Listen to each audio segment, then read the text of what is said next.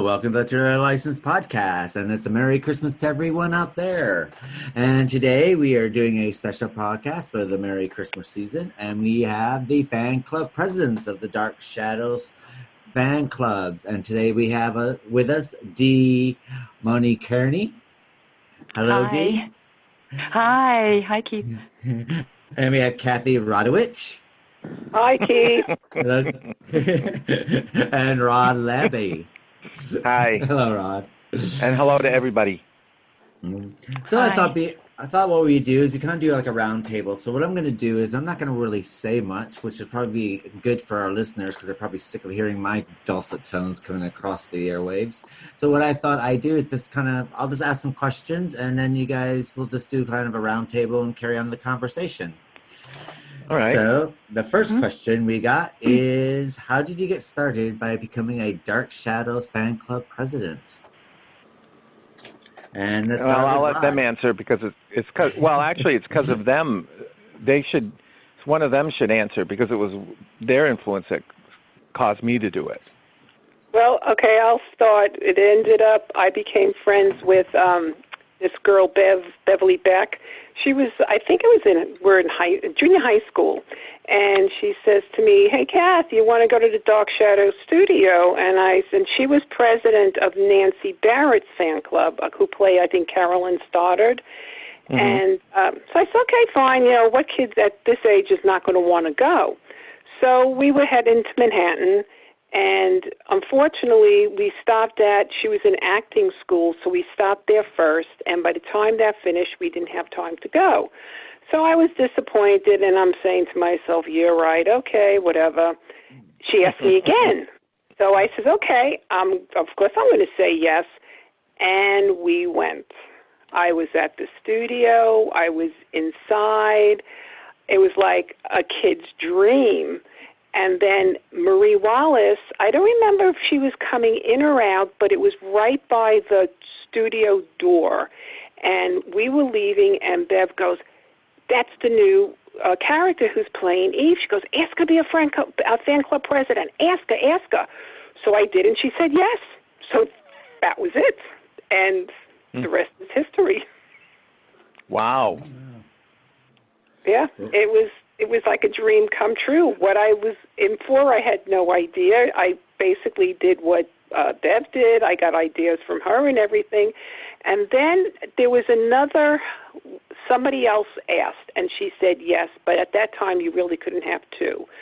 So I spoke to Marie, and since I asked her first, I became the official fan club president. And I still even have the letter to, saying that I was. That's one thing I kept. I still have that. And like I say, the rest of it. How did you go about getting members? Probably it was through the studio. I really don't remember, but I would venture to say probably through the studio, because that's where it was all involved from the studio. But let me tell you, I got them. My mailbox was full. It was. And Rod, then how did you find me? I think it was in early '69, so she had already been on there as Eve at that point. I think she might have been gone by then. This is before she came back as Jenny in the 1897 flashback, right? So my younger sister was writing actively to the stars of Dark Shadows and asking them for autographed pictures, which I was not doing. But she was starting to get responses, and every time she did, it was like, oh, maybe I should do this.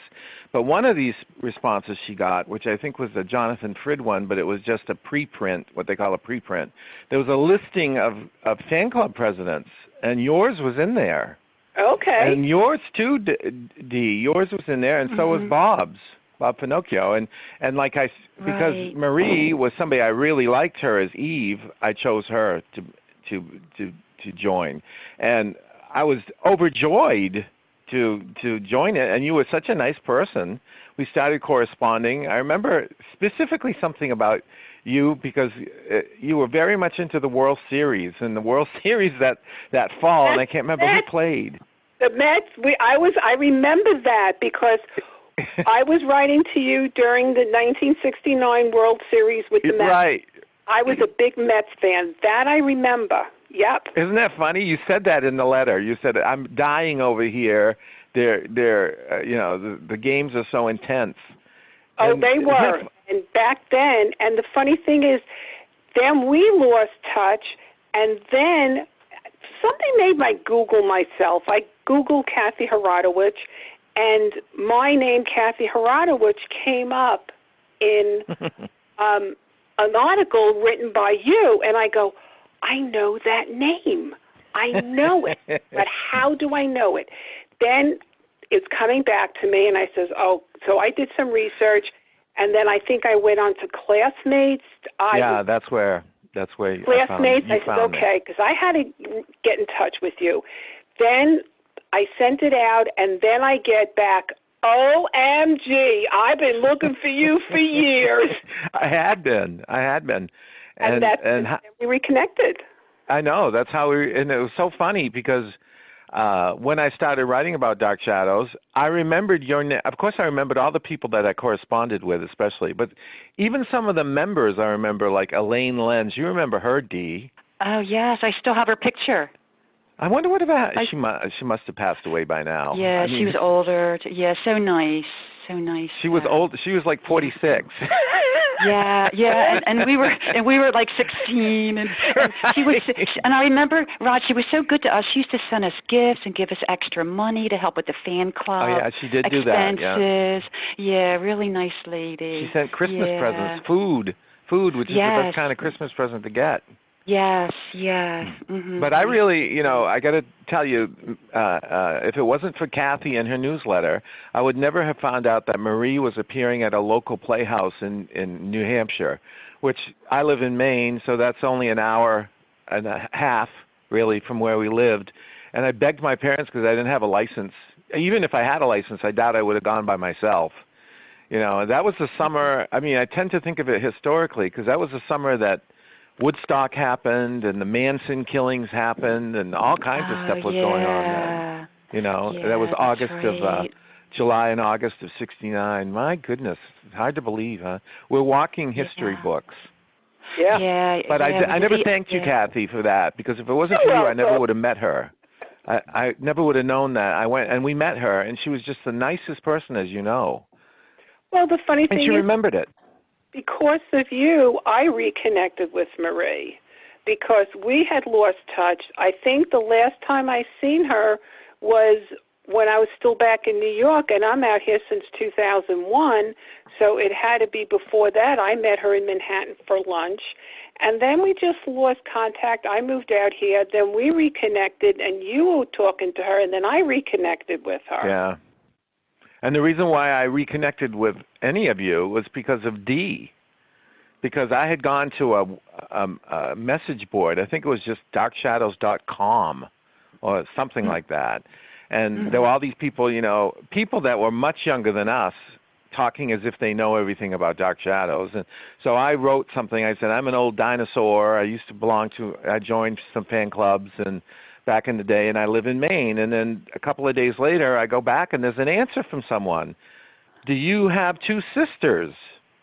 And I thought, yes, this must be somebody I know. And it was Dee. It was Dee. And she put me in touch with Bob Finocchio. I had lost touch with everybody. And then after that, I had to get in touch with you, Kathy, to make it complete, but also Gloria Lilliebridge, which is another one. She did Jerry Lacey's fan club. She was very professional. She put us to shame, really, when you think about it. And she was the married lady, too. The married lady. Yeah, she was a married lady. Yes. Uh-huh. And she had her newsletters had real pictures in them. I mean, pictures that were stuck in them, like in a photo album. Mm-hmm. I don't know how that must have cost her a mint to do. And plus, these newsletters were long. I mean, if I got 5 pages, I was lucky. Wow. Mm-hmm. Yeah. Yeah, that's so how about you, Dee? Are you listening, Keith? Yeah, I'm here. I'm not yet. Gather around. Okay. Well, it was back in late 1967 that I wrote Jonathan Frid a fan letter. And it was my first fan letter that I wrote. and not ever expecting a response back, but I did receive a response back on January 3rd, 1968. And the reason why I remember that date is because I still have the original letter in the envelope. I kept just about everything over the years, and I'm so glad I did, because, yes, there were times where I moved within Philadelphia. I moved in several houses within Philadelphia, different areas. But every time I moved, I always thought, well, should I bring the boxes of this Dark Shadows and memorabilia? Would I ever be looking at it again? But then my gut feeling said, take it. So I brought it with me every time I moved. I got married. I got divorced, I brought it with me every time I moved. Well, the letter from Jonathan was a beautiful printed letter, and it had a lithograph. He wrote of it? him. He wrote it himself? It was a printed Xerox You mean a type? copy, but it was beautiful. It was on nice stationery. It had his picture on it, like a lithograph, and it said that he was sorry he could not answer personally because he was receiving so much mail, at the time, but he would follow up with special requests such as a photograph. I guess different people were asking him, for a photograph. But sure enough, about 2 months later, I received a picture of Jonathan, and it was the one of him standing at the bottom of the stairway in the Collinwood foyer. Yeah, a smaller picture? Yes. Yeah, that's the one my sister got. got that one. Yes, Rod. So then I thought, okay. So I started writing letters to a few of the other stars on the show. So I wrote to Alexandra Moltke, Catherine Lee Scott, Lara Parker, to name a few. And I received back an autographed picture of Catherine Lee Scott from her information bureau at the time. And it included information about the fan clubs for Alexandra and Laura Parker. And Paulette Nordman was president of Lara Parker's fan club, and that's where I received. They were the first two fan clubs that I joined because I got their information, Laura and Alexandra, and that was January 1968.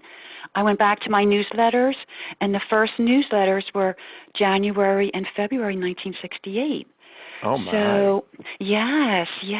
So I kept all my newsletters over the years, and what I got 3-ring binders, and I started putting them in order by the Dark Shadows cast member. So they're in order from A to Z.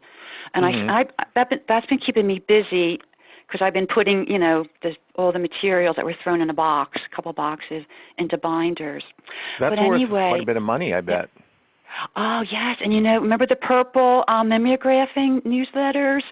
I mean, they look like, some of the paper now looks like the Declaration of Independence. It's so old, yellow and faded. And, Yes. Isn't that funny?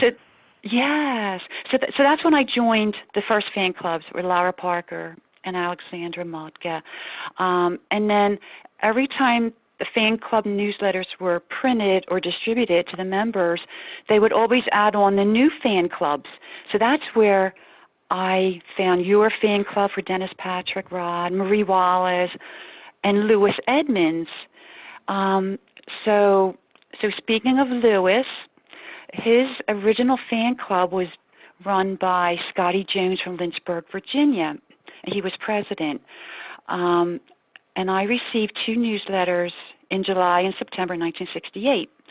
The next newsletter due out from Scotty was in November. We sent newsletters out every 2 months. But Scotty had to bow out because he had school responsibilities.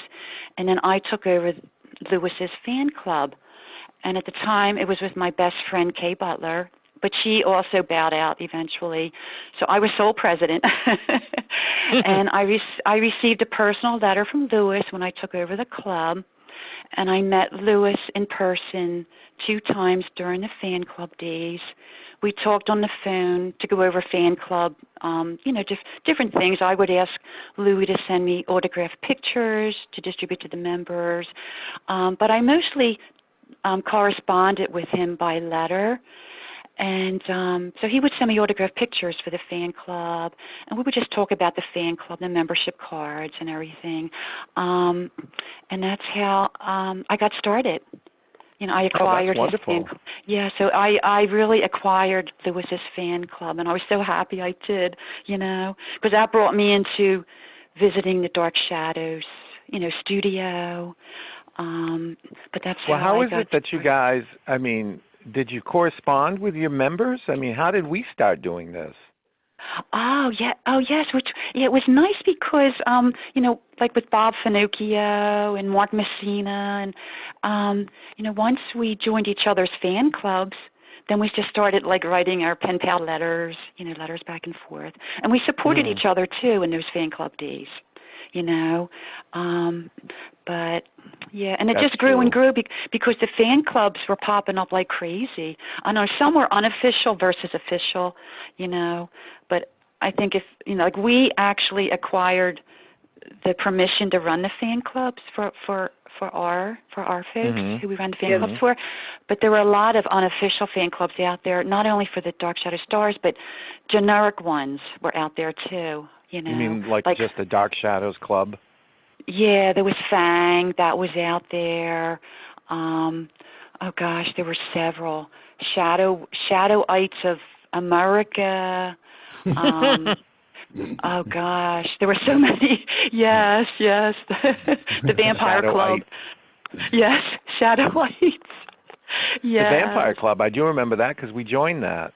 Yes. And the whole attraction of that was that you could get an autographed 8x10 of Jonathan Fritt as Barnabas, which I still have. That I did save. I did save that one. Yes, I do too. Yes. Isn't that funny? Yes. Now, yes.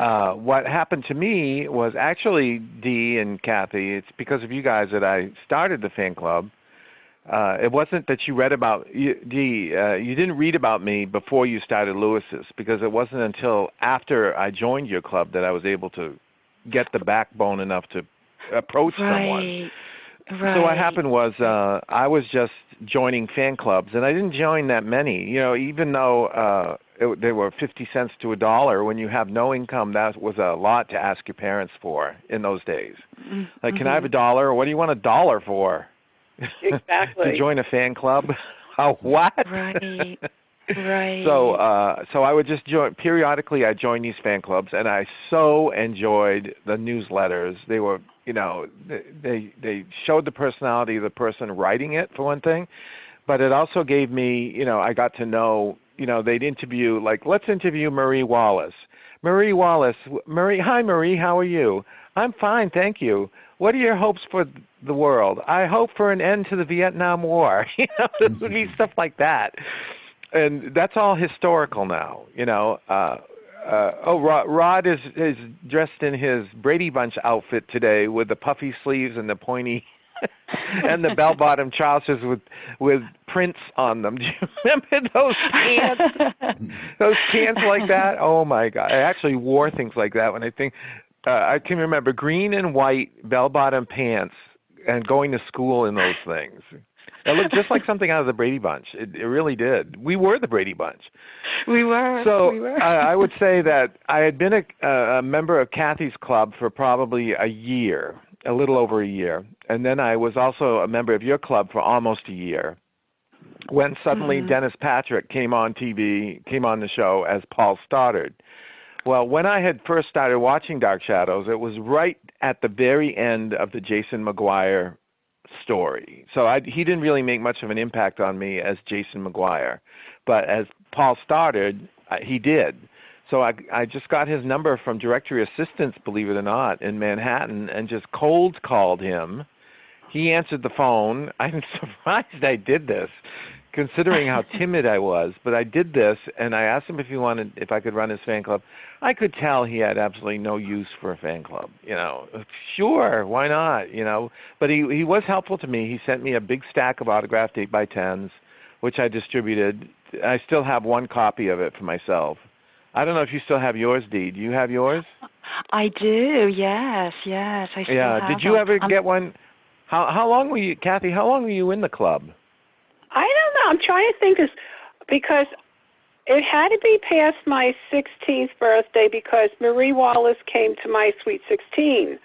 It was the big hit. I had it in Manhattan, and It was, I would say probably up until high school, but then it must have faded out. I don't remember much after that. It all ended senior year, didn't it? Yeah.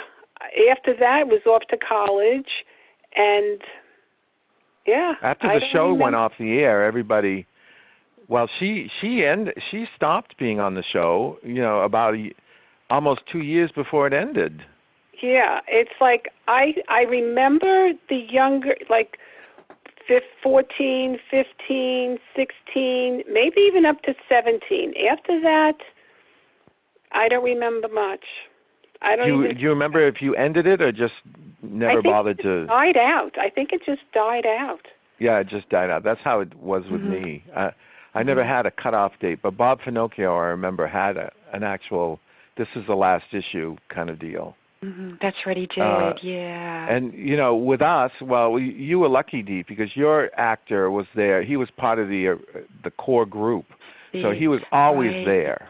He was always there. But Marie and Dennis and even Diana Malay were only on there for their storylines, and then that was it. They were gone. I mean, Dennis Patrick, he was gone by the time the movie came out. When I was still running the club, he had been gone from Dark Shadows for quite a while, when that happened. I love that movie, too. Did you guys like it? Oh, yeah. Yeah, I really loved it. What did you think, Kathy? I didn't see it. What? No, not either? Not Hods or Nods?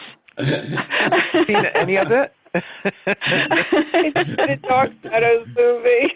And you call yourself a fan? I am. Whatever it was, the remake of the Dark Shadows. I says, that one. That you saw that? I saw like 2 minutes of it, and I go, enough of this crap. All right, good. That's the original stuff. And no, I never really watched it. I came to me years ago. My cousin gave me the DVD of Dark Shadows. The movie. The TV. The TV series. Oh, okay. I got that, but no, unfortunately, I never did see it. Well, I went right to see it the minute it came out. I did too. I did too. I mean, I couldn't wait for that movie to come out.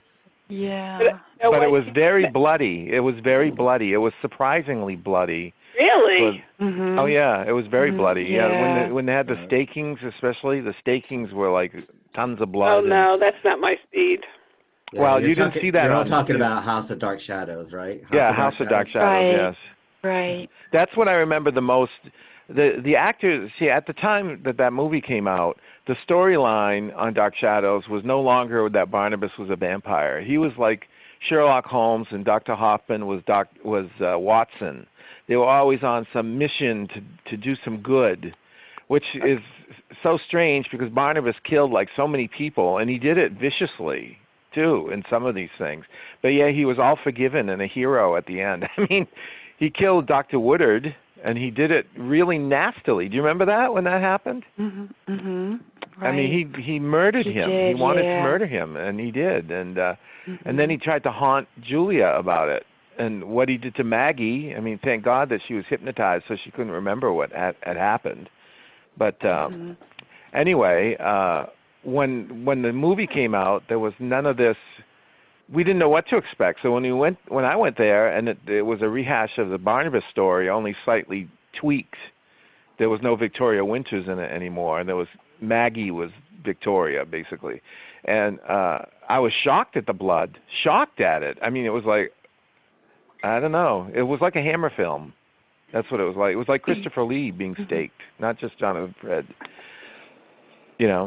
But then I read something. I don't know if you got. Well, it wasn't read something. He actually told me this. Roger Davis told me that when he staked Jonathan Frid, that Dan Curtis told him to push on that thing that goes into his back really, really hard to get a response from him.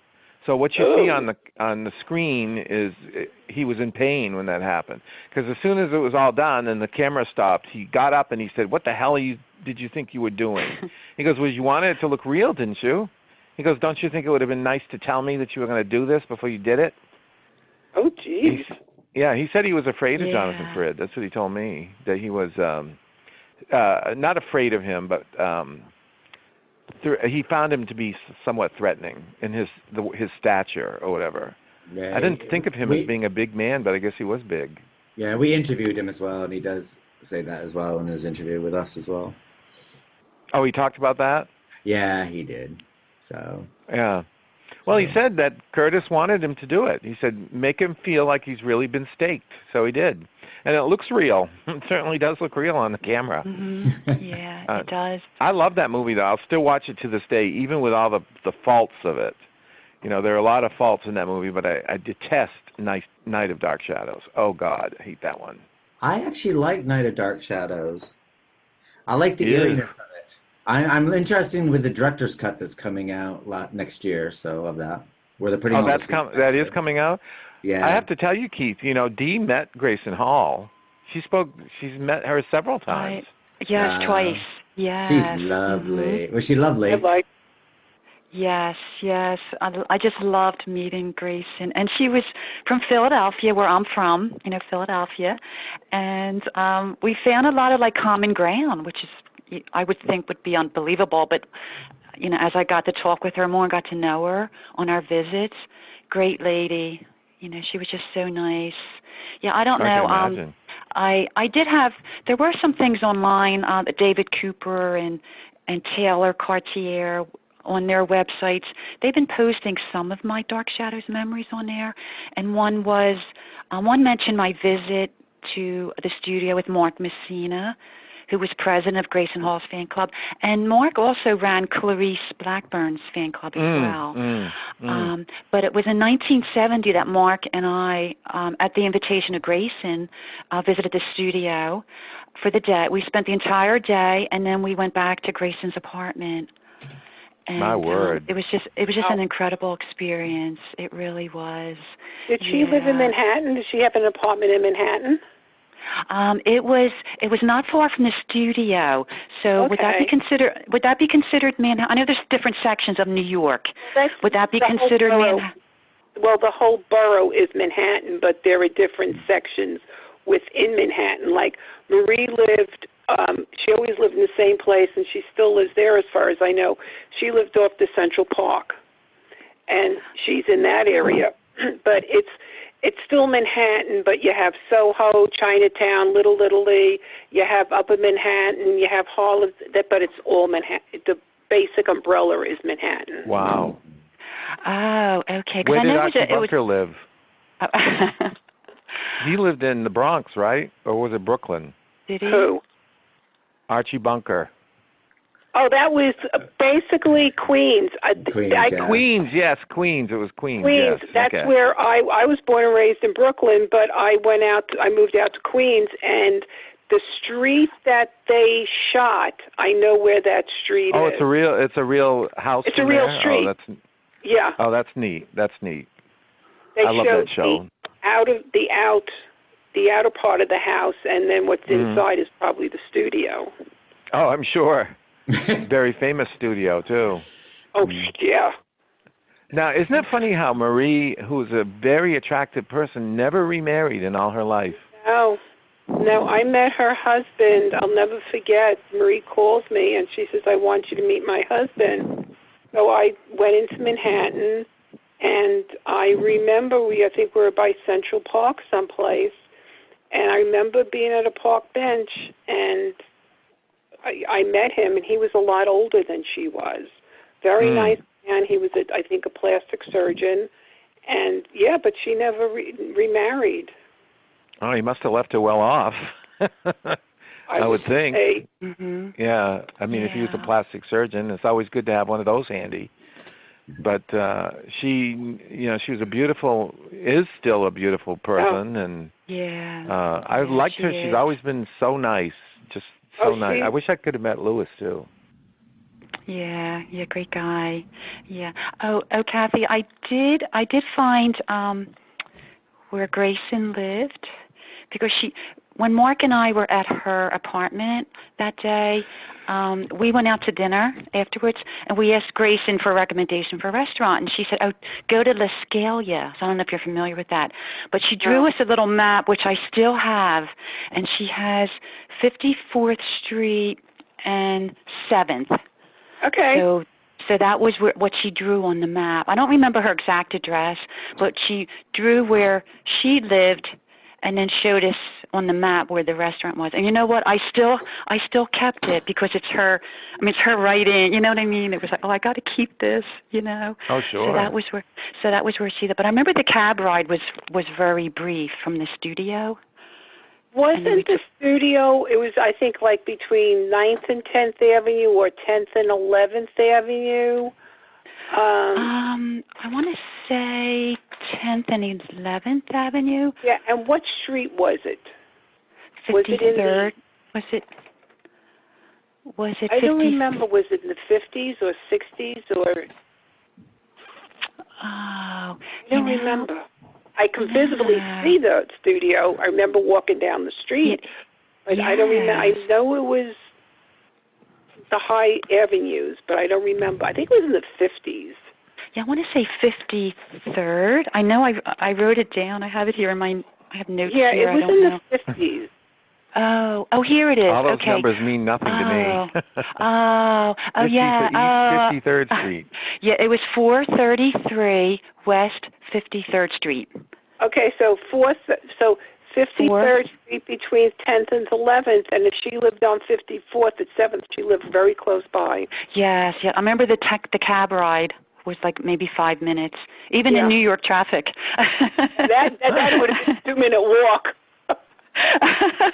Well, she was lucky then. She was right within walking distance of her home. You know, and her work on top of that. Right. I wonder if they had contracts, or if it was contractual, like with somebody like her who brought a certain, pedigree to the show, being an Oscar nominee and everything. Would she have a contract that would be for not just for the life of the character, but beyond? I wonder. You know what I'm saying? Well, television contracts, normally how they work is that they, in a soap opera or daytime drama, depending on how you want to call it, what they do is they work in blocks, and they normally there are 4 different contracts that they can get. They can get a 3-month, a 6-month, a 9-month, or a 1 year. And in that contract would basically be, it would give the studio an option to extend it for as long as they want to on the same basis up until like 4 contracts. And after that, then they would have to renegotiate salary after that. So I imagine with Grayson Hall, due to her husband also working on the show, I imagine there might have been a bit of a lock there as far as her contract, and might have worked slightly different than some of the other cast members. If you look at some of the other cast members, if you notice, they'll be either on there for 3 months, 6 months, or 9 months, sometimes a year. But then what you'll notice is like all of a sudden they'll disappear, and then they'll maybe come back, and that's when they will renegotiate their contract or give them the same contract coming back. But with Grayson, I'm not quite sure, because she might have had a better contract than some of the other ones due to the simple fact that her husband was the head writer on the show, and he brought her on board, and it's almost like he was doing Dan Curtis a favor, so that favor might have been in for her benefit as well. So. That's probably true. Joan Bennett and Jonathan Frid must have had the best contracts, I would assume. Oh, I'm sure. Oh, well, yeah, definitely. Yeah. I don't think when Jonathan Frid first started he would have, but I think as his popularity grew, that would have got a better contract. He would have been on a standard contract at the beginning, because he would have just been a day player, because no. Oh, that's right. Yeah, he would have. And they were planning on getting rid of him anyway, supposedly, right? Yeah, they were supposed to kill him off, and then I don't know what the storylines are supposed to be after that, but yeah. Well, once you go vampire. Yeah, I don't know. See, he did basically turn into a Hardy Boy with Dr. Hoffman as the younger brother. Nancy Drew. But yeah, Nancy. Once you go vampire, you really can't go back from that. I mean, they really stepped over the edge when they did that. I mean, I was glad they did it. That's when I first started watching it. It was just when Barnabas had kidnapped Maggie. I think he was just going to visit her in the coffee house, a coffee shop or whatever, on my first episode that I watched it. And I was fascinated by this. And also Willie was under the thrall of Barnabas during that time. It was a great storyline. And he was very vicious. There was nothing in him that was well, I take that back. When on the first episode which I saw later on, where he rose from the dead or was let out of the coffin, he leaves the Collinwood and he goes back to the old house, and he's just standing there with all the ruin around him, and saying that he has come back home to live. It was a great scene. It was very well done by him. You remember that scene? Mm-hmm. Yeah. I do. Yeah. Mm-hmm. Do you remember it? He said, I've come home for whatever life is ahead of me. You've changed me. He referred to the chains of the coffin. He said, you chained me, but now I'm free, and I'm willing to see what my life is going to be all about, wherever that will take me. And we didn't know. Did we even know he was a vampire then? I don't think we did we? Well, he gets introduced into the series where Willie opens up the casket or the coffin. Right, but we don't see him getting bit. And he grabs Willie. So I guess you can make the assumption that he's a vampire only because he does have that, the claw coming out with the ring and the nod to Christopher Lee's kind of vampire coming out through the television screen, I suppose. So I guess can you imagine that moment in afternoon TV history when he opened that coffin and the hand came jutting out? I mean, that is so famous. I'd say probably the most famous scene in soap opera history is that. Yeah. Maybe when Elizabeth Taylor was on General Hospital, that was pretty big too. I remember that happening. What about Joan Crawford when she was on Somerset? Oh, we watched that. We watched that because that came on before Dark Shadows, and I heard about this, and she was drunk. It was rather obvious that something was wrong with her. Well, wasn't she playing like a 19-year-old? She was playing her daughter. Yeah. Well, according to the movie Mommy Dearest, it says her character is 27. Oh, 27. But she was drunk in it, and we used to see her during that time. She had made Berserk. And Berserk had been at the movie theater, and we had gone to see it. That was at the beginning of '68 or whatever. And then we saw her on the Mike Douglas show. Remember when Mike Douglas used to have co-hosts, and they'd be with him all week? I don't know if you remember this, but we used to watch Mike Douglas all the time. She was on there, and my younger sister was watching it with me. She said, if I didn't know better, I'd say Joan Crawford was a drunk. And I said, what makes you think that? She said, I'm pretty sure she sloshed. And she was. 100 proof vodka, Isn't that terrible? But she was the first one to ever send me an autographed picture, so... I got one too, Rod. I got really? one too from Joan Crawford. Yes. Well, she used to do all that. She's famous for actually doing all those herself, though, isn't she? She would actually she did do them. She wrote a letter first, right, Dee? A letter and then a nice autographed picture. She was great to her fans. Yeah, and it's a real autograph on the picture. So, yeah, it is. From what I hope it is anyway. Well, I got, around that time, I also got, it is real, by the way, because I checked it out. Oh, yeah. Yeah, I was just joking. She didn't have anybody signing her pictures. She did it all herself. Right. And no, it's I just got that an autographed we had... I'm sorry. Go ahead. No, I was going to say we had received some autographed pictures where the autographs were not authentic. No, or they were part of the picture. That's the kind I used to Right, or part of the picture. Right. But I remember getting one from Betty Davis that was a beautiful 8x10, and it was postmarked the UK. So she must have been in the UK making a movie at the time. I don't know if it was the anniversary or that movie that was never released called Connecting Rooms. It was in March of '69, so I think it was Connecting Rooms. Very hospitable. Those people were old school. They answered their fan mail. Even Joan Bennett did it. Can you imagine how much mail she got? Right. I love Joan Bennett, but she made horrible mistakes all the time. She'd stammer over her words and everything. They all did that. It was fun. Jonathan Frid especially. Yeah, well, I kind of wonder with Joan Bennett, it must have been like a huge shock because, I mean, going from film to a show that was pretty much done by a producer who's quite tight with his money. So it's basically, we're doing this in one shot, ready and go, without any, shoot overs or anything like that. It must have been quite daunting for someone who's so used to doing things in the film industry. Because I would think it probably was. Yeah. But I think she was also quite thankful that in her, what we thought was her old age, when she was actually younger than we are now. Oh God! Yeah, true. I mean, that's true. She was younger, but I thought she was she was a golden age star. That's how it was explained to me by my dad.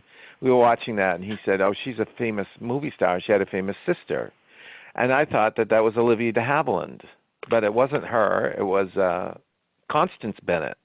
Yeah. Who I guess was a bigger star than Joan Bennett overall. Right. Well, Constance Bennett's probably more famous because of the Topper movies. And the Topper films are really very popular. Where she's with Cary Grant, and they die and they come back she's back as a ghost. And she did a series of those films, and which is probably the reason why she kind of was like part of a franchise. That's probably why her star.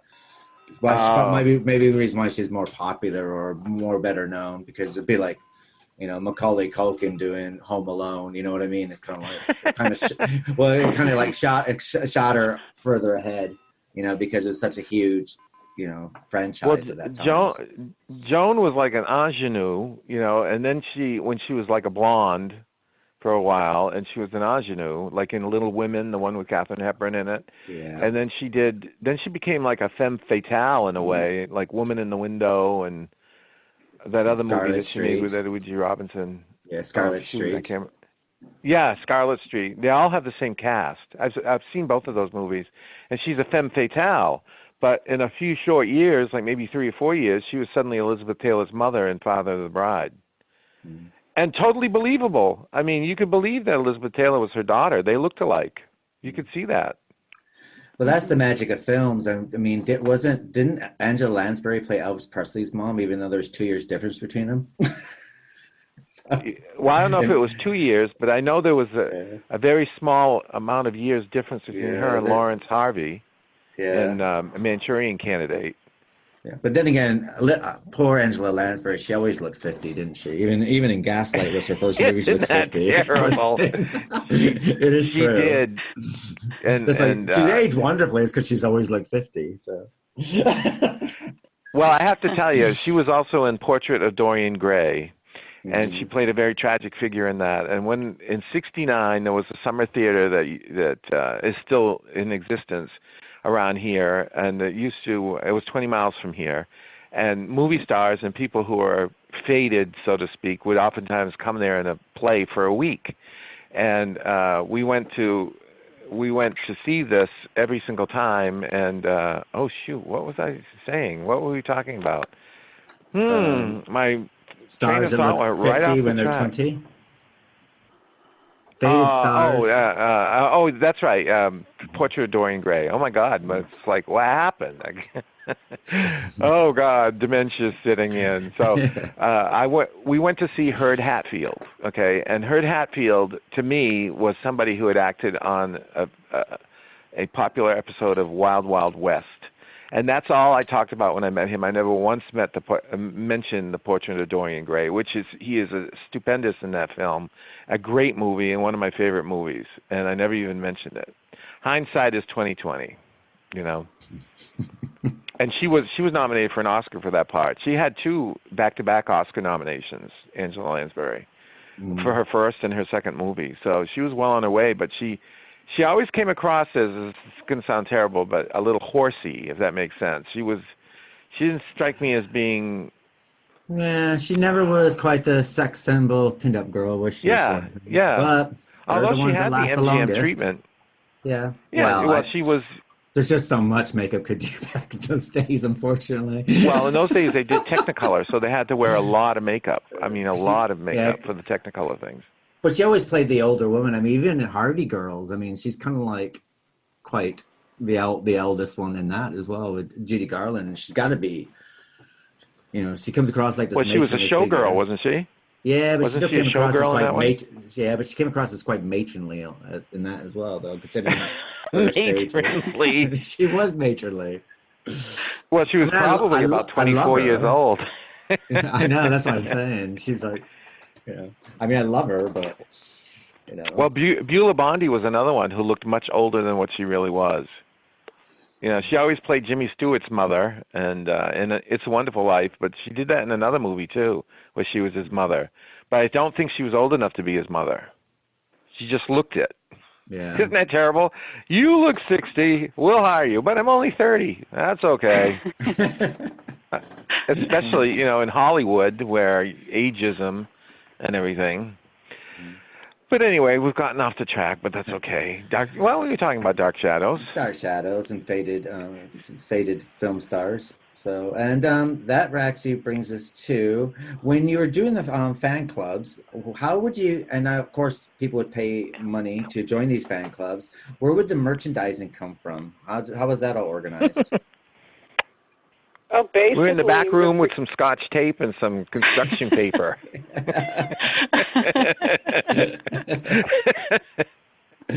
That's not too far from the truth. Go ahead, Kathy. What were you saying? Basically, Marie gave me everything. Pictures. If I needed 8x10s, I would contact her. And I basically did my newsletter at my church mimeograph machine back when they had the regular mimeographs when you take the stencil and you put it on that round thing. That's where I did my newsletters. And everything basically, pencils, that stuff I would order, but pictures, information, that all came from Marie. And I would meet with her and she'd give me anything I needed. But you typed the newsletters yourself. I typed it, and if I needed some things, I wrote it out. I don't think they exist anymore. It's was a long sheet from what I remember. You type on it, and then even if you wanted to draw on it, and then you take the back copy or whichever the copy, and you put it on the mimeograph machine, and then how many copies I need. Yes, I remember that. It was blue, something about blue. Blue, yeah, it was blue, and you could get high off the alcohol if the room wasn't aired well enough. Yeah. Maybe that's why I was so happy all the time. The newsletters. Well, we did that. Everybody, when they used to pass around mimeograph papers in class, we'd all smell it. Remember? We put it on our faces and go. Oh yeah. Yeah. Hi. Then we went to. So what about you, Dee? What did you do? You had stuff too. Oh yes. Well, I issued newsletters every 2 months, and I would type them up. I would type up the master copy, and then a woman that did printing, and she worked at home, did some printing of menus for restaurants, because she actually printed or copied my newsletters, and most of them anyway. So we had an annual club courier, which was usually at the end of the year. It was a big, thick newsletter with, I don't know, it was like 20 pages. And we would always ask the members to make contributions as far as poems or anything they wanted to contribute. If they met any DS stars. We issued pictures, but Lewis would supply all the pictures, which was very helpful. And then I did charge 50 cents a year for membership, and then I asked them to provide 6-cent stamps. Can you believe postage was only 6 cents back then? 6 cents. It was 6 cents for a long time.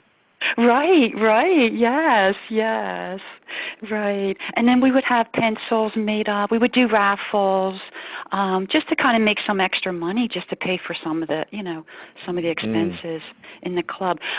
We also did taglines. I don't know if you did, Rod or Kathy, but we would put on the pencils or the newsletters, Lewis is boss, or Louis will last, or Yay Nancy.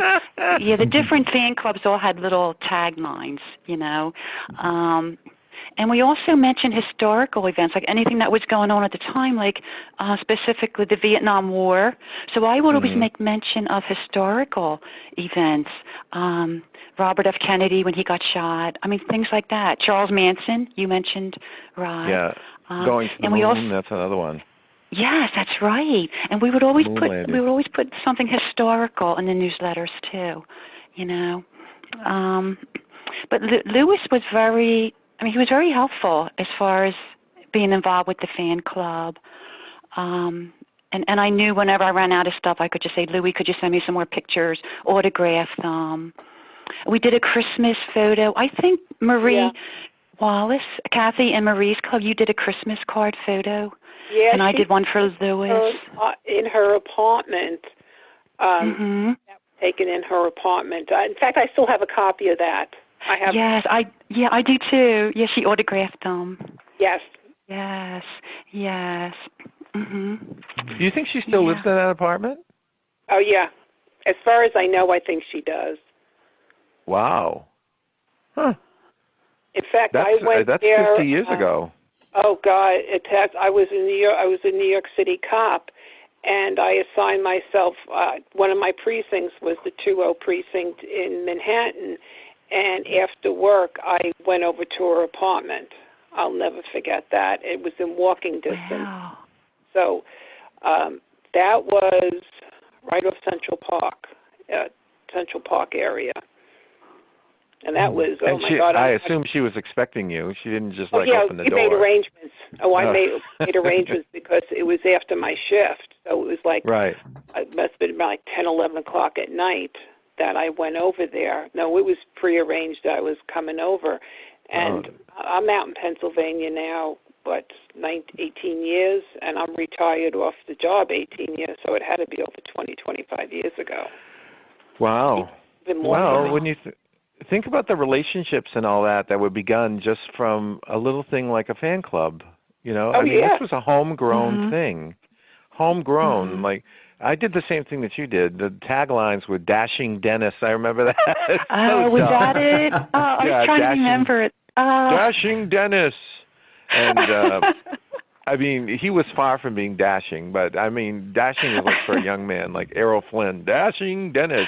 And there was always, it was like Groovy, and Groovy was big, and Boss was big, and Blow Your Mind, blow Your Mind. And there was always something about the wishes and hopes that the Vietnam War would end, and what do you like to do? I like to burn incense and burn the love beads. The love beads. Love beads. And the peace. And the peace sign. The peace symbol. Yeah, the peace sign. Yes. Oh, my God. When I think about stuff like that, it makes me laugh. But I'm glad that we were part of that era, and that we're still around. We're still around. And like Bob was, I don't know if you knew Bob, Kathy. Did you ever know him? Did you ever get to know him? No. He was a wonderful guy. He had a real wry sense of humor.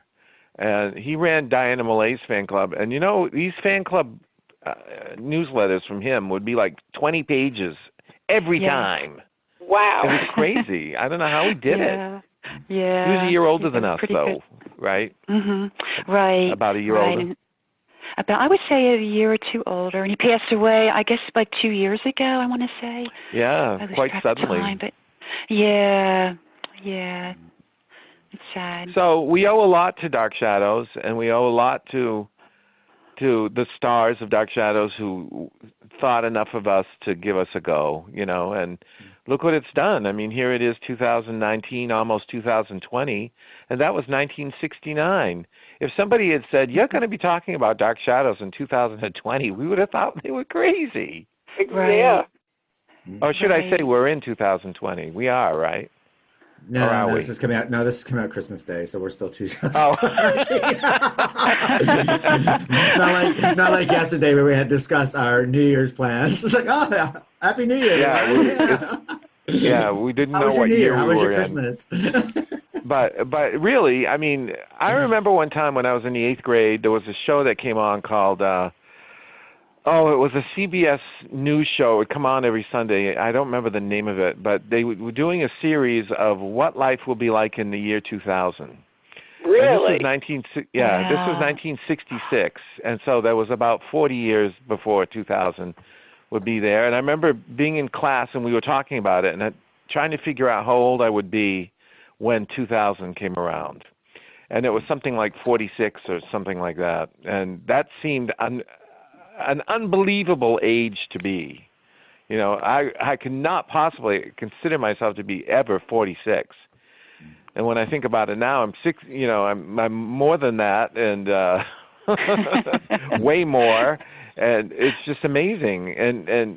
And like, none of there are a lot of things that have come through that are different than 1966 or 68 or whenever, in 69, but a lot of them haven't come true. Like, we don't sleep in tubes, we don't fly in flying cars, we don't have hoverboards and all that stuff. And you still see a lot of old houses. Yeah, and the Partridge Family weren't together because they did a cartoon where they were in 2027 AD. Who? The Partridge Family did a cartoon called Partridge Family 2027 AD. It's like, oh my God. Wow. Well, two of them are gone, so I don't think they're going to be. Yeah, two of them. Oh, well, actually, three of them are gone, right? Oh no, two of them. Yeah, two of them. Yeah. So, but Mr. Kincaid is gone too. I guess that's three of them then. So. The little girl who couldn't do anything but stand there and play a little tambourine, I guess she died. Well, I think it takes a lot of talent to be able to beat a tambourine off beat like that. So. And to look like you have the mentality of a glowworm while you're doing it. I think she's just stoned. I don't know. I think they gave her a little bit of Redidin. Here you go. We're gonna give you some. Well, also they had medication. They had one kid that got replaced. I mean, he was the drummer 1 minute, and then there was a blonde kid that was the drummer. So yeah, he had behavioral I don't know if you remember problems. that. The other one had behavioral problems apparently, and they had to replace him because he was going around biting people, and they couldn't keep him still. So they replaced him instead of like doing a Judy Garland, just giving him some medication like they used to do in the old days. And see, that you mentioned Judy Garland. The beauty of being as old as we are is that when we hear the name Judy Garland or Walt Disney or someone like that, we don't have to run to Google to figure out who these people are. A child today doesn't know who Walt Disney is. They know the name, but they don't know anything about the man. We're old enough to have remembered seeing him on TV. He was constantly on television. I mean, we were watching Mickey Mouse Club, right? Yeah. Yeah. Did you watch him, Kathy? Did you watch the Mickey Mouse Club? From time to time. I remember that show. Well, we used to watch Walt Disney's Wonderful World of Color. We used to watch that all the time. Oh, yeah. Was that on Sunday? Yeah, it was Sunday night. Yeah. Sunday night. Bath time, then Walt Disney, The Wonderful World of Disney. Well, get ready for school. Get ready for school. Well, we got ready for church. See, that's the thing. I took a bath Saturday night because church was the next day. And so we had, I can't believe I only took a bath once a week. In those days. And it was a big deal to do it. It was a big deal. We had climate control. We had to worry about the water situation.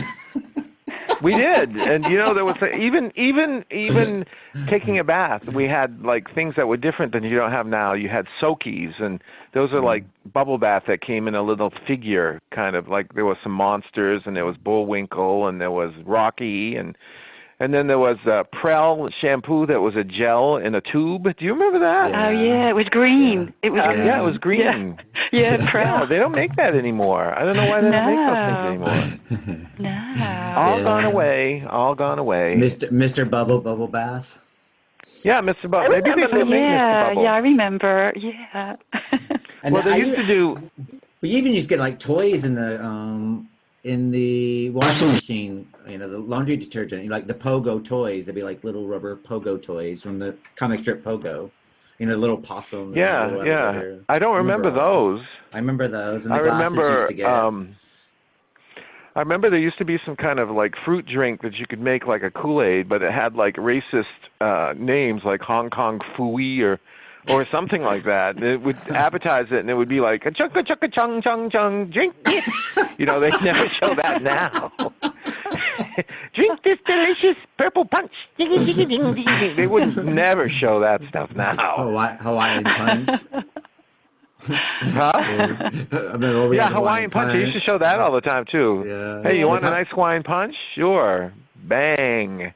Oh, I remember that one. Yeah. You remember that? I do too. Oh, I remember that one. Yep. Yeah, I do too. See, that's the thing. When we used to watch Dark Shadows, we watched the ads too. So the ads were always like they were geared toward housewives. They weren't geared toward kids like us. They were like, that's one spicy meatball. I remember that one being on quite a bit, and a lot of cigarette commercials. Oh, cigarette. Yeah. And high karate. I can remember wear high karate and be irresistible. And he'd go to his date's house, and he'd have to use karate chops on her to get her off him. Chasing him all around the apartment. What is that smell? Oh! And then there was smell like a man, but I like it too. Right, and then there was shaving cream where the guy is shaving, and the woman's saying, "Take it off, take it all off." I remember that. Remember all these things. They played these ads all the time when Dark Shadows were coming on. And then there was even an ad with Marie Wallace and Jerry Lacey in it. We saw that on Dark Shadows, too. Oh, I don't remember that. Yeah, that was... memory. What's that deodorant? It's made by Gillette. Right Guard, yes. And he played like a Humphrey Bogart character, and she was like a femme fatale. And they were walking down a stairway, and he said... He says, "You know how I keep calm in all these situations?" She goes, "No, how do you?" And he happens to pull out a can of Right Guard right there. She goes, "Oh, I can see that," or whatever. But that's a famous commercial. You don't remember that, Kathy? No. No, I don't remember that either. Oh. That's a very famous. You can find that on YouTube, I'm sure. Jerry Lacey and Marie Wallace. Did Dark Shadows ever do any cigarette commercials? No, they did a commercial for the game. Okay, because I noticed that, in I Love Lucy and other programs, they would also have a little even the Flintstones would have a cigarette commercial that they would do. The Flintstones smoke cigarettes. And I wonder if Dark Shadows did that, because there are blocks of episodes where there's a lot more smoking going on than normal sometimes.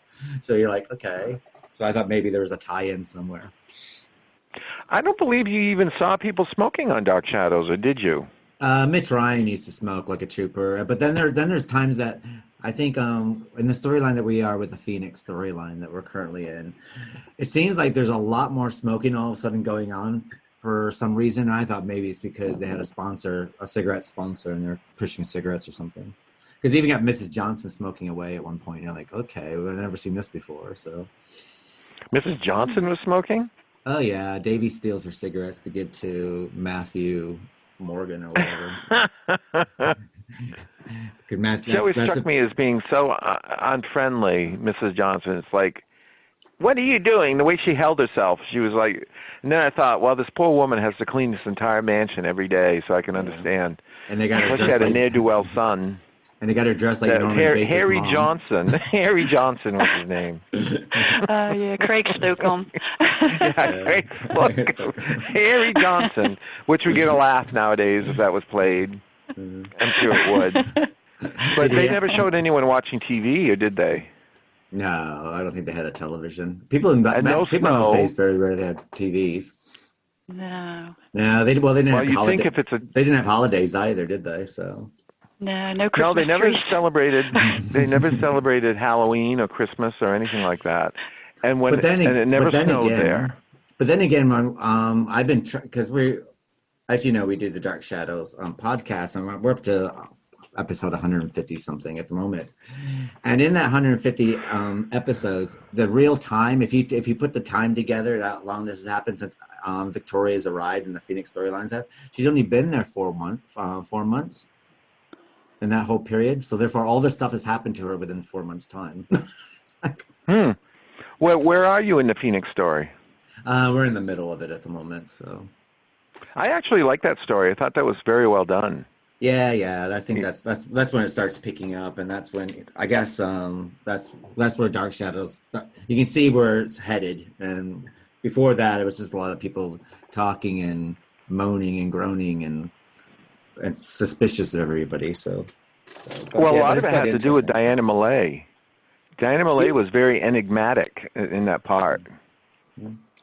Well, she did. Didn't she? I mean, I don't know if this is true, but I heard that because of the storyline in Phoenix, and after she had her child, that she used to take some of the Dark Shadows fans on to like Egypt. Did you ever hear that story? Yeah, she did that. She did really? That. Yeah. Yeah. You're probably wishing you that were wasn't her that long ago. You're probably wishing that you did her fan club now, aren't you? It's like I could have gone to Egypt. Well, she actually that's what she did. She's still living. I don't know whatever happened to her, but I know she's still got alive. a little. Yeah, she's apparently her health's failing slightly, from what I've understood. So I don't know how. Is she much like failing. in a home or something? I think to be honest, I think Diana Malay not to be well, just not to go too far into it, but I think she's always kind of like an eccentric anyway. So I don't know if she's like in a home situation, but I think that someone said there say it might be a bit of dementia, but I don't know if it's dementia because she always kind of believed in these, she kind of like believes in psychics, the occults and all that kind of stuff. That's pretty much what her core base is. And I don't know to be honest, when it comes to some of these Dark Shadows things, you don't know how much of it's gossip and how much of it's real. So, I mean, I kind of take everything with a little bit of salt when things get posted across. So. Yeah, she was at the one and only convention I ever attended, which was 2003, and it was at the Brooklyn Marriott, and she was there. And but she was nice, I thought. But that day they did an audio recording of Return to Collinwood, the very first CD audio recording. They performed it on stage, and she was the only star not involved in it for some reason. Everybody else was in it. Did any of you ever go to any of the conventions? Rod, you just said you went to one. What about you, Kathy and Dee? No, never did. I did want to go to the one that was in Manhattan just recently, but I had a conflict of another engagement I had to go to, but I did want to go to that one and just surprise Marie, but unfortunately it didn't pan out. What about yourself, Dee? Did you ever go to any of the conventions? Yes, my first convention I went to was in 1996, and it was at the Los Angeles Marriott, and that was the one Lewis was at, and I wanted to make sure that I got out to California, because it was the first time I had seen him since 1969. Oh, wow. Yeah. So I did meet up with him in the autograph line, and then I just refreshed his memory because by then he was like in his, I guess he was 70. He was getting up there, and his health was starting to fail at that time. So I showed him some of my pictures, and I ran his fan club and everything. So it was nice to see him that time. And then I went to a few other. It took a while, but I think because of his failing health, and people were even helping him, like when he walked up on the stage, they had to help him, and his health. Yeah, it's a shame his health is starting to fail. But I was glad I got to see him. I went to a couple other festivals. I went to the one 2001, and then a couple weeks later is when we had with the World Trade Center, the the 9/11, and that's where it was, right? 9/11, yeah. Stayed at that Marriott too, where they had, the convention. So that's still in my memory. After being there a couple of weeks before 9/11. Right. I went to a couple Halloween parties. I don't know if you remember Ed Lambisi. He used to run. He used to run some of the Dark Shadows events, like at Lyndhurst. I do remember him, yeah. He was I don't know whatever happened. Yes, and now is he a minister or something? But he faded out. I was just wondering whatever happened. Well, he had those Halloween get-togethers, and something happened about them. I don't know what it was. There's money owed or something? Well, I also know that when it comes to conventions, there seems to be a little bit of political power struggle that seems to go on with those. Maybe, so who knows? Maybe something's going on that way, from my understanding. Well, the trouble with fandom, so to speak, is there's a good side to it and a bad side to it. Yeah. There are people who embrace it like we do, because I'm not going to include us on the bad side, right? But we've always embraced it and never been jealous or envious of anyone else's involvement in it, you know? I mean, I'm going to support Kathy's enterprise and Dee's enterprise and Bob's and Gloria's and whoever else I join. You don't pin other people against other people, pit other people against other people. But what happened in the fandom since then is that some people have become very, there's one person I'm thinking of, I'm not going to mention his name, but they get, well, no, I'm not talking about that one, but he's similar. This is another one that's worse than him. And claimed that people, abused him at conventions and was, what was it, homophobic, and you know who I'm talking about, Dee? I have a couple people in mind, but I think one. Well, it was, but maybe the one that comes to me. Yeah, I think I do. Yeah, and he's nutty. I mean, there's no other way to describe it. And because they're nutty, they're also out there. They're right in the forefront of it. So that's what a lot of people get as an impression of this thing, It's like when you see Star Trek people and they go there dressed like a Klingon. I don't know, like a Klingon or something. and then they start criticizing other people because they're also dressed like the Borg or whatever. And it's like you begin to think this is all nutty. These people are crazy, And that one time I went to the convention, I'll be honest with you, the first thing that I saw when I went in there was a couple of people. I saw David Selby, I saw Lara Parker, and I saw Marie, and a couple of other people. And my first impression was, they've gotten older. That was my first impression. And then, of course, that doesn't mean that I haven't gotten older, but I didn't feel any different, so I said, I'm still 16. What's going on here? But then I started seeing rude people, standing in line and yelling, and the way they were dressed. I mean, I'm not saying that they came there dressed in costumes. This was their everyday garb that they would wear, like almost like a string bikini or whatever. I have to sometimes say, I mean, it was weird. It was weird stuff. I mean, weird stuff, and a lot of complaining if the line was long. So you couldn't talk to the star outside of "Hello, how are you? Thank you very much." That kind of thing. I had something to say, being on the other side of the table in conventions, because I've been to quite a few of them where I would sign autographs and scripts and stuff, and having these people, sometimes these people come up to you and they would kind of lean into you to the fact that they're almost on top of you, and they would show up with like really weird things for you to sign. I mean, the ones that I would get like chainsaws and machetes to sign, and all these other things. I'm like, okay. And then they'd be like coming up to you and like telling you what your life is and who you are. It's like, okay, I don't know what you've read, but hey.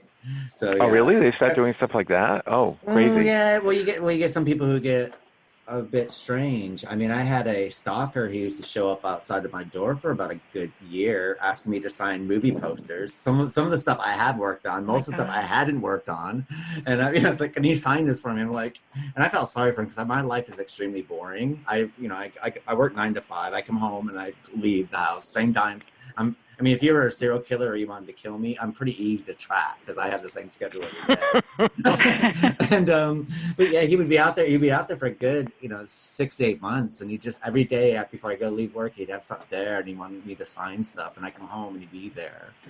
And there wasn't nothing dangerous about him. I mean, it wasn't an NBC TV movie of the week situation or anything, but it was. But sometimes fans are a bit.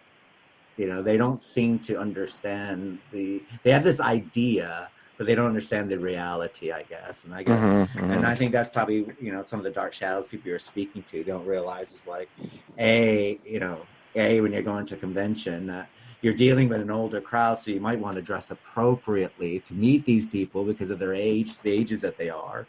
Second of all, there is a thing about being polite, and so I don't think these people think that they're there because they ought to be there, and if they wouldn't be there if it wasn't for them. And I think that's what you get in some of these conventions, that mentality that you're only here because of my fandom for you. And oh yes, so I think that's what you kind of get, and it's a bit rude, and I do agree with you, but then again, that's what surprised me the most about it. But it was nice to see, like people like David, like Marie. We had a picture, the picture that was taken on July 29th, 1969, and now this is 2003. We had that picture, and we gave it to her. And I remember vividly meeting her because her husband was there, and it was their wedding anniversary night, which I didn't realize. And again, she was very, very nice. And again, in 2003, she was very nice. I've interviewed her quite a few times over the years. Hard to believe that was 50 years ago. My goodness. Yeah. 50 years. That's half a century. Scary. Yeah. Yeah. When you were doing the fan clubs and all the work that went into it, what did your parents think of it all? Were they supportive, or they kind of let you, do your thing and roll their eyes, or were they? Well, my parents were supportive. They were very supportive of it. I think they got more pissed off with the mailbox being full all the time. But no, I didn't drive at the time, and my father used to take me down to the church to do my newsletters. And no, they were pretty supportive. And then when I had my Sweet 16, I think we basically had it in Manhattan because of Marie coming there. And no, they were very supportive of it. It was a good time in my life, and never sorry I did it. Good. I'm glad to hear that. What were your parents like? Yes, my parents were very supportive. The funny thing is my mother was a little bit concerned because I was in love with a 40-year-old vampire, and I was only like 15 at the time. We were in love with him. We all, yes, yeah. And my mother was saying, well, what about like, I don't know who, Bobby Sherman, whoever it was, trying to think of who was popular back then, more around your age. I said, oh, Mom, but everybody loves, Barnabas, and, but she was okay with it, But my dad actually went to the Dark Shadows studio with me in 1969 because I was still too young. I can't say that anymore, right? I was still too young to travel alone to New York. So my dad went with me to the studio, and, and he really enjoyed, he wasn't a Dark Shadows fan, but a funny thing happened was Lewis took us on a tour of the set, and, we met with Lewis and talked to him. We spent the day with Lewis. And then when the show was ready to do the dress rehearsal, my father and I were getting ready to leave. So anyway, we're going down the back steps. We didn't take the elevator. Lewis took us down those, look like for a fire emergency steps, the little stairway in between the first and second floor. So we're coming down those steps, and who do we bump into but Jonathan Frid in character as Barnabas. Now, the times I met Jonathan, it was Jonathan Frid, not, you know what I mean? He wasn't in character, but he was getting ready to go to the dress rehearsal.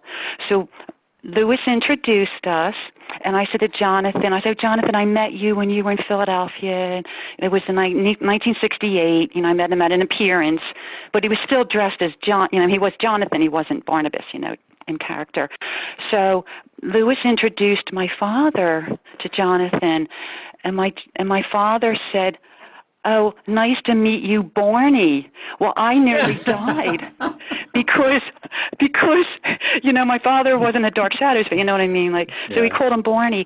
So then I gave Jonathan a picture if he could sign for me, and he signed Jonathan Frid Barney.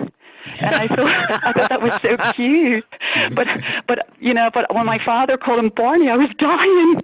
But Jonathan smiled, and then when he autographed the picture, with Barney, I thought it was so cute. I still have it. Isn't that funny? Have, Yeah, I thought it was really funny. Yeah. So lots of memories. Gosh, with Dark Shadows. It was such a big part of my life, our life back then. Yeah. What about yourself, Rod? How were your parents with? Well, my parents were at the time. I was an autograph collector, not just Dark Shadows, but I was always at the mailbox to see what was there for me. And when there wasn't something there, it was a very upsetting day. I remember I didn't like that at all. And then when I started getting involved in the Dark Shadows things and they started sending me pictures, I was in the pink. But the hardest thing about my parents, they tolerated all of this because there was no, I mean, what's the option is for me to go out and get drunk or do drugs or whatever, and I wasn't doing any of those things, and all I wanted to do was watch Dark Shadows, and I was involved in the Dark Shadows fandom, so they supported that 110%. Plus I had good grades, so that was another good thing. So it never heard any of that stuff. And then they did take me to Hampton Playhouse in Hampton, New Hampshire, which involved, hotels and travel and all that stuff. And they brought us down and they stayed with us. And our mother went with us to see Marie backstage. And she's the one who took that picture that we gave to Marie. And all these years after the show went off the air, my father would always talk about Jonathan Frid. He'd mention his name, but he never said Frid. He said Freed.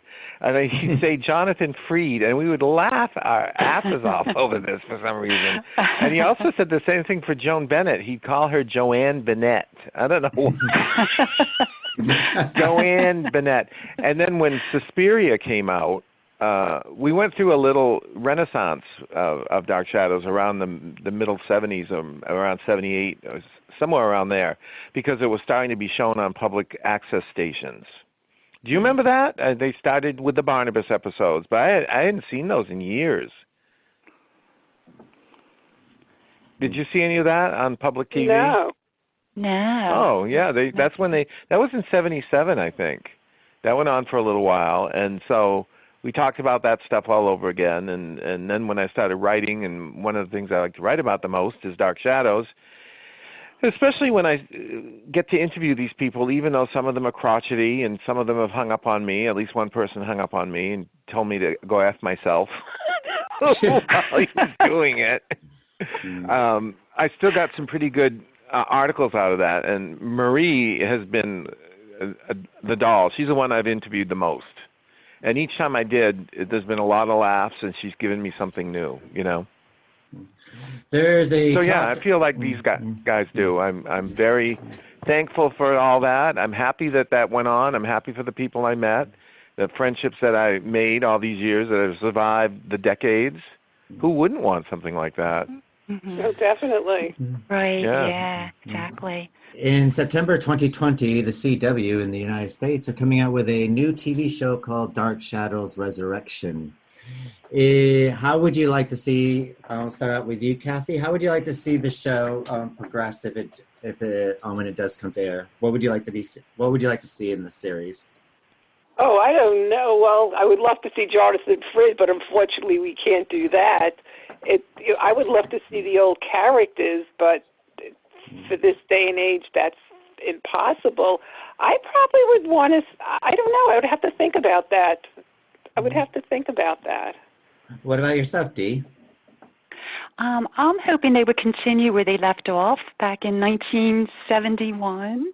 Mm-hmm. I'm thinking of the characters that are still around, like Laura Parker or Marie Wallace. If they could kind of, with makeup nowadays, they can make them look younger, or make an appearance. I mean, it'd be great to bring back some of the original characters. David Selby. The ones who are still around. There are talk about bringing the characters, but the characters will be the age they are now. So, because it's going to be set today. So. Oh, are they? Oh, I didn't realize that. Yeah. Oh, I didn't realize that either. So. No. So you never know. I don't know. I have mixed feelings about this, actually. I have mixed feelings about this. I think... I read all the press releases about this new series, and the guy who's writing it has said he's always wanted to, that he was an original fan. The trouble is we've heard all that stuff before from people who claim to be original fans, and that wasn't even really true. Yeah, like Tim Burton. He's a perfect one. He told me himself. Well, I interviewed him on the phone, and he told me himself he was an original fan. Mm-hmm. And I didn't talk to Johnny Depp, but Johnny Depp's been quoted as that. And Johnny Depp isn't old enough to have been an original fan. Anybody could figure that out if they knew the years. Yeah. But the whole trouble is, you assume that they're going to stick with. Like I asked Tim Burton. I said, "Are you going to have the iconic scene where Willie unchains Barnabas and the hand juts out?" And he went, Well, there are a lot of good scenes in this movie. He didn't want to address it because that scene is not in there, of course. Barnabas just comes flying out of the coffin, which makes no sense to me whatsoever, but supposedly, because it wasn't the chains that kept him in the coffin, it was the fact that there was a cross in the coffin. Do you remember that, guys? Wasn't there a cross? Didn't Joshua put a cross in the roof of that coffin? Oh, right, yes. The lid, and that's how he was kept there. It wasn't the chains Mm-hmm. that kept him. But in the movie, it was the chains that kept him because they had magic involved in them from Angelique, which, as we all know, her spells never turned out to be worth anything. She always screwed it all up and got everything ruined. That was the best part of her character, was that she didn't know her own strength. She, like when she tried to kill Barnabas by choking one of Sarah's dolls, she had the thing too tight and she couldn't undo it. Do you remember when she was trying to stop him from dying? That was in the 1795 flashback. So I think that this new CW thing, however way they do it, if they do it like a prequel, isn't going to work because that would have to be before the original show. If they do a sequel, it's not going to work because they're not going to be able to have the one person that you want to see there, which is Jonathan Frid, just like Kathy said. You can't have him. He is Dark Shadows, and it's just not going to work, When Dark Shadows ended in 1971, was there a letter campaign to stop it from ending? Does anyone remember? I don't remember. It seemed to happen suddenly, like all of a sudden it was over. Yeah, it was so sudden. And I hate to say it, but I watched Password, and that took its place. Elizabeth Montgomery was on it, in fact, I think, the first day I watched it. So, wow. Yeah, and Burt Reynolds, I think, was also on it.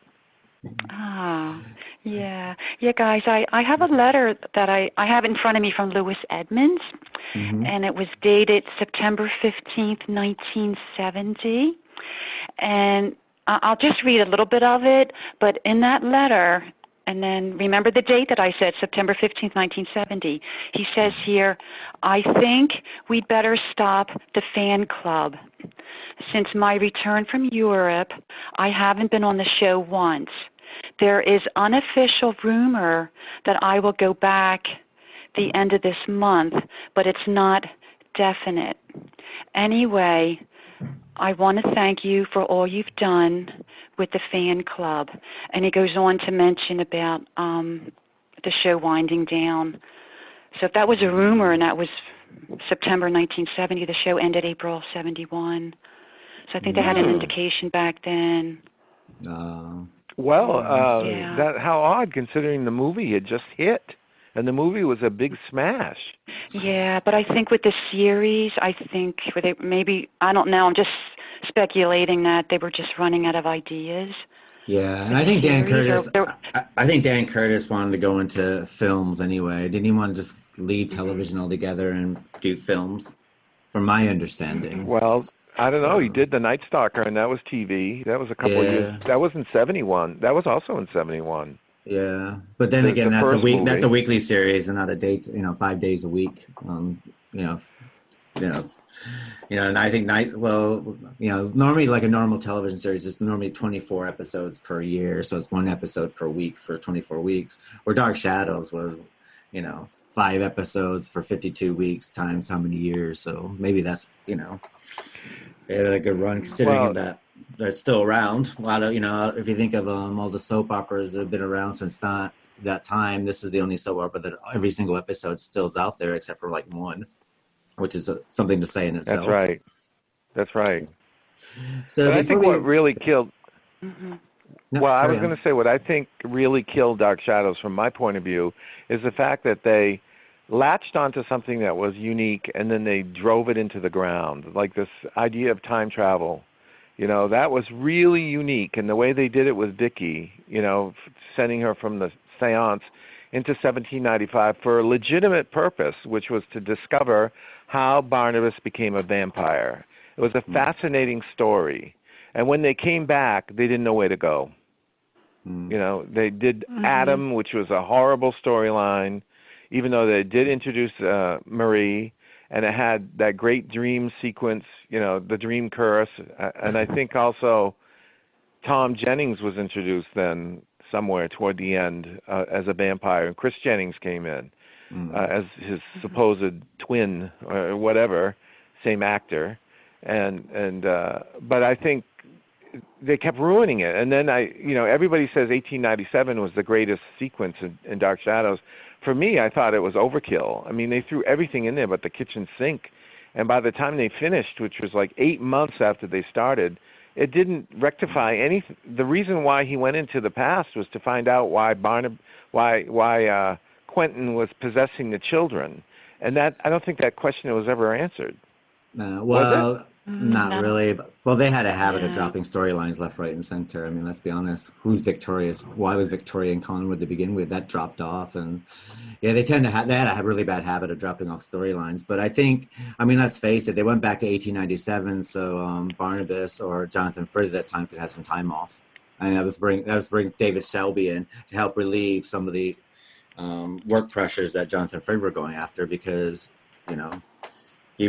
if he wasn't on the episode, basically, he was, the series wasn't anything without him. So the show became heavily reliant on him. So from my understanding from some of the interviews that we've done so far with various people, is that David Selby came in and they went back to the 1897. So that way Jonathan Frid could have some days off and some weeks off. And then David Selby would take over those weeks. So that way he could get some holiday time and not have so much of the pressure of the success of the show on his shoulders. So there was a period where he was staked. He was dead in the coffin and he was staked. And that was during the 1897 flashback. Yeah. But looking back on that, that's when they had the Dark Shadows gum cards, which I still have my original set of those. I'm so glad I kept, have those. In fact, I have 2 sets of those when I think about it.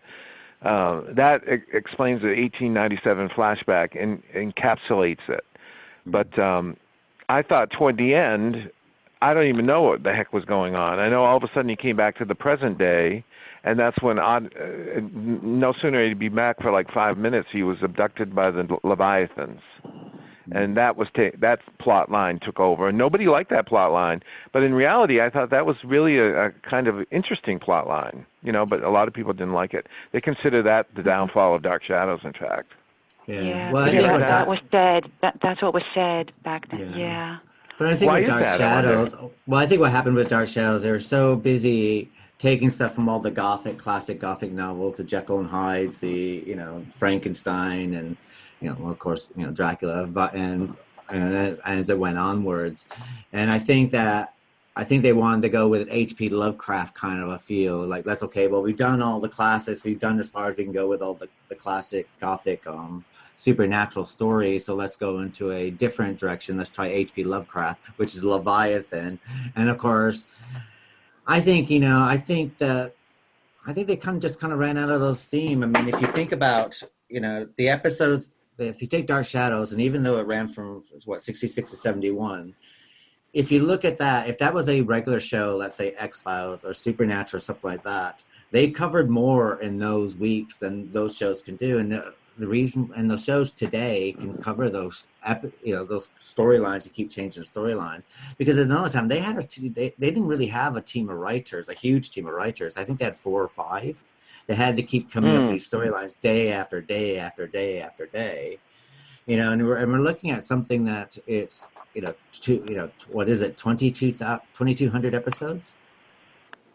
So, so I think it probably would have run out of steam naturally anyway, like it did. If you look at how many episodes had to be written and how many storylines they had to do and that sort of thing. So I guess it does make sense that it would run out of steam after a while. And another thing, your core audience is growing up. They're not coming home from school anymore. They're going to football practice, and they're going to prom, and they're going to college, and and that's what happens with most series. If you look at most series, that hit really, really big, and with a younger audience, and then they slowly falter off, is because that audience grows up. They're moving on. They got other things they need to do, and so you have that going on at the same time. Yeah, and the sponsors killed it too. The sponsors were, they weren't interested in kids' money because there was no money to be made through the kids. So they would have advertisements for the housewife, and the housewives weren't watching the show. Yeah, it was the kids watching it, so they were wasting their money. That's what I was told by more than one person, that's why Dark Shadows died, was the real reason, because of the sponsorships. They weren't getting their, Well, I think the movie, even though the movie was a hit, the movie created a lot of problems for the viewership as well. Because the movie came out with an R rating, the kids are, the kids are begging their parents to take them to this movie. The parents take them to the movie, where the parents normally would have been at work, so they had no idea they had an idea of Dark Shadows, but they probably didn't have a full idea of Dark Shadows, what their kids were into and what they liked. They see this graphic, bloody movie, and they're like, my kid's not watching this anymore. So that might have had an odd effect on the whole thing as well. Because if you think about what you saw on the big screen and the parents are taking them, and what, it's kind of a different situation when what the kids were actually watching on during the television, but the parents are going to think it's maybe the same thing. Maybe they thought the kids were looking at a bit too much violence after school. So it's hard to say. That could very well be. So what I think we'll do is going to wrap this up. Before we wrap this up, I got one final question for you all. What's your fondest memory of being a fan club president? We'll start with you, Dee. Oh, okay. My fondest memory was actually going to the Dark Shadow studio and then meeting the Dark Shadow stars, and then meeting them, say, 30 years later again. The show just keeps living on. And that's my fondest memory, that it keeps coming back, which is great. Mm-hmm. What about yourself, Rod? Well, I feel the same way. I didn't have the opportunity to go into the studio, because I didn't pull the strings that I should have pulled. We went there, my two sisters and I, and my older sister was not very enamored of Dark Shadows. But we went there, and it was in February, and it was absolutely sub-zero temps. And it was on Washington's birthday. In those days, they actually celebrated that, so there was no school that day. And there were all these kids around and waiting for it. My sister kept saying, where the hell are these stars that are supposed to get here? So when they all showed up, they came in cabs, and they went right into the building. And the building was a very nondescript-looking building. Had a lot of graffiti on it, like Barnabas is cool and Quentin rules, and stuff like that. And so that's a good memory of mine. But I'd have to say it's not a fan club president, but the very first time I became involved with the show was magic for me, because I loved it. I loved everything about it. It was pretty tame by what I was used to, because I was raised on Vincent Price and Christopher Lee. But I felt such an affection for those people on the show. And, when they pass away, it's actually a sad thing. I cried when Jonathan Frid died. Not ashamed to say it, because a part of your childhood dies too. Yeah. What about yourself, Kathy? Yeah. Well, I would say also going to the studio, and like one particular trip that I went, I spent the day there. I was down on the set. I sat in Jonathan's chair. I saw the coffin, and let me tell you, it was a hunk of junk, the furniture, but it looked so good. Just spending the day, and then when they were doing that filming, and when we're talking about that stairway, I remember that stairway going down to the set, and then when they were doing the filming, I went into this one room to watch it, and taking that picture in her dressing room.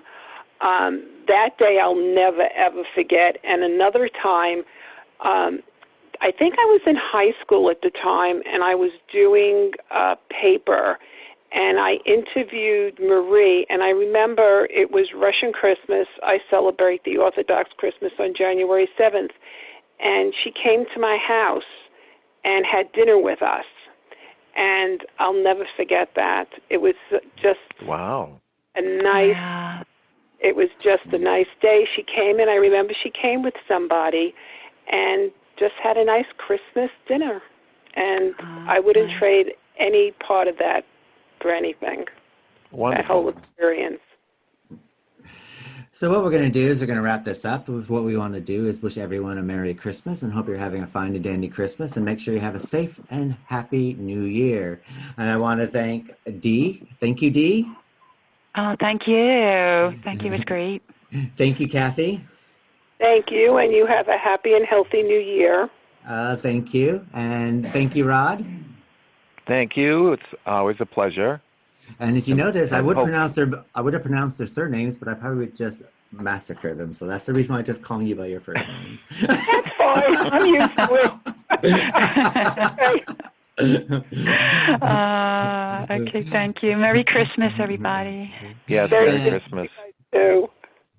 And what we like to remind our viewers that remember that you can actually watch all the Dark Shadows episodes, which are available on Amazon Prime. All you need to do is go to www.amazon.com.co.uk or .au, depending on which country you're from, and you can get it as part of your Prime membership. And remember that now, for a brand low price, that you can now get the Amazon Prime for the household. It no longer belongs to one person in your account, so make sure you do that and you can watch all the Dark Shadows episodes. Of course, if you want to learn some more information about our Dark Shadows episodes or Edgar Allan Poe's or our 2-for-1 or our European horror episodes, you can go to our website at www.llpodcast.com and make sure you sign up with our newsletter. And remember, our newsletter, if you sign up now, all our subscribers will be eligible for some funky stuff coming your way in 2020, which will include Edgar Allan Poe dolls, Bullwinkle and Rocky, Bewitched memorabilia. And we've got some Dark Shadows stuff that's coming through in ways of the Literary License Podcast t-shirts, mugs, and magnets, which will all be your way by June 2020.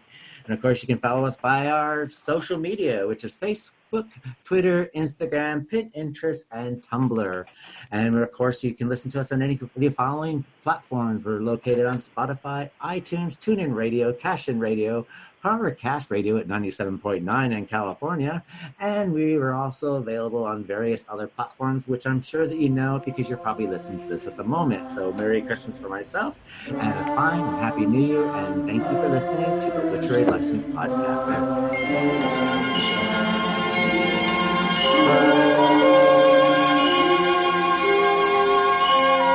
Christmas snow is falling, carols fill the air, but it won't be Christmas till Santa Claus is here.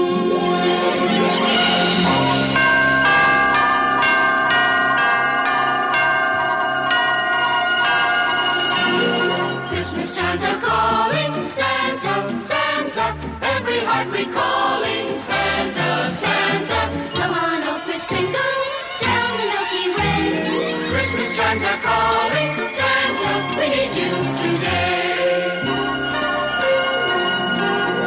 If you don't believe in Santa, Santa, think that he's deceiving. Santa, Santa. Think about a Christmas with no Christmas cheer. Christmas chimes are calling Santa and his 8 reindeer. We love his laughter, his jingling-a-ling forever after. The bells will ring. Christmas chimes are calling Santa, Santa, every heart recalling Santa.